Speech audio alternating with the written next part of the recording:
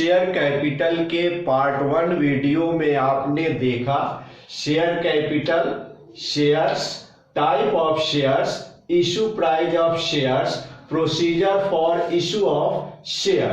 अब हम आगे चलते हैं। आज के लिए पहला टॉपिक है अंशों के सार्वजनिक अभिदान, पब्लिक सब्सक्रिप्शन ऑफ शेयर्स। फिर से सुने, अंशों के सार्वजनिक अभिदान, पब्लिक सब्सक्रिप्शन ऑफ शेयर्स। इसे हिंदी में जानते हैं, क्या है ये? जब कंपनी अंशों के निर्गमन द्वारा पूंजी जुटाना चाहती है तो सामान्यतः अंशों के क्रय करने हेतु जनता से आवेदन आमंत्रित करती है और इसके लिए प्रविवरण जारी किए जाते हैं। अंशों के लिए जनता से प्राप्त आवेदन को अंशों का सार्वजनिक अभिदान कहा जाता है। इसे हम इंग्लिश में समझते हैं। When a company desire to raise capital by issue of shares to the public, it generally invites public to buy shares by circulating prospectus. Then the company receives application for shares from the public. This is called as public subscription of shares. जानते हैं अभिदान के प्रकार, types of subscription. Subscription 3 प्रकार के होते हैं। पहला पूर्ण अभिदान यानी फुल सब्सक्रिप्शन, दूसरा अल्प अभिदान यानी अंडर सब्सक्रिप्शन, और तीसरा अधि अभिदान या अति अभिदान, ओवर सब्सक्रिप्शन। पहला पूर्ण अभिदान क्या है? Full subscription. जब कंपनी द्वारा प्रस्तावित अंशों के बराबर जनता आवेदन करती है एवं खरीदती है तो इसे पूर्ण अभिदान कहते हैं।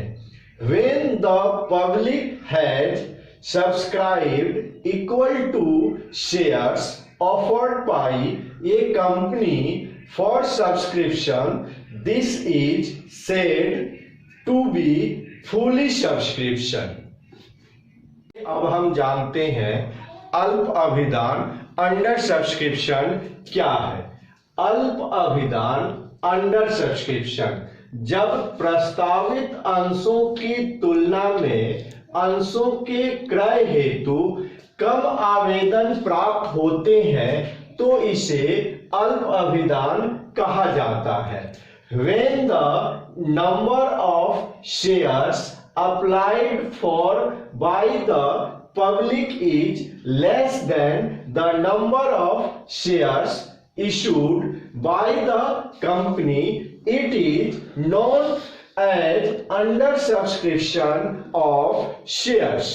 आइए अब हम जानते हैं अधि अभिदान, ओवर सब्सक्रिप्शन क्या है। जब प्रस्तावित अंशों की संख्या आवेदित अंशों की संख्या से अधिक हो तो इसे अधि अभिदान कहा जाता है। When the number of shares applied for is more than the number of shares offered to the public for subscription, it is said to be over subscription of shares. अंशों की निजी व्यवस्था, प्राइवेट प्लेसमेंट ऑफ शेयर। अंशों की निजी व्यवस्था क्या है? ऐसे निर्गमन जो सार्वजनिक निर्गमन नहीं है बल्कि कुछ चुने हुए व्यक्तियों को निर्गमित किए जाते हैं, अंशों की निजी व्यवस्था कहलाता है। इंग्लिश में जानते हैं, an issue of shares which is not a public issue but offered to a selected group of person is called private placement of shares। आइए अब हम जानते हैं प्रारंभिक सार्वजनिक आमंत्रण या प्रस्ताव, इनिशियल पब्लिक ऑफर, जिसे हम लोग आईपीओ के नाम से आजकल जानते हैं। आईपीओ क्या है? अंशों के अभिदान हेतु जनता को आमंत्रित करने हेतु दिए गए प्रस्ताव को प्रारंभिक सार्वजनिक आमंत्रण या प्रस्ताव कहा जाता है।